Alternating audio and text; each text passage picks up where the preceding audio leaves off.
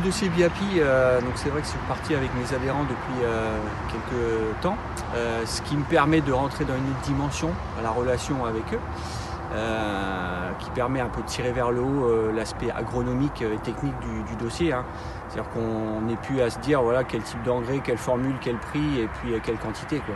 C'est-à-dire qu'on prend la base, partir d'une situation à l'instant T qui permet BIAPI avec les analyses de sol et pouvoir construire dans l'avenir une stratégie avec l'agriculteur sur le long terme, quoi. Après, à son choix, bien sûr, à la fin, de savoir quelle stratégie il veut faire, quoi.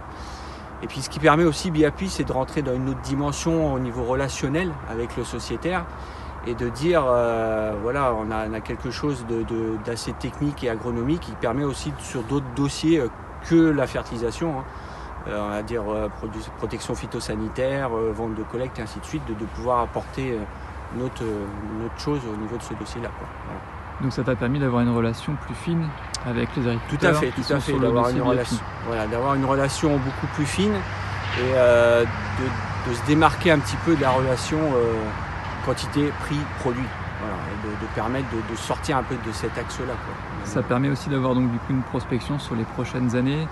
Alors tout à fait, jusqu'à aujourd'hui, quand on aborde le dossier fertilisation chez un sociétaire, c'est malheureusement très rapide et très court, je dirais, malgré l'enjeu.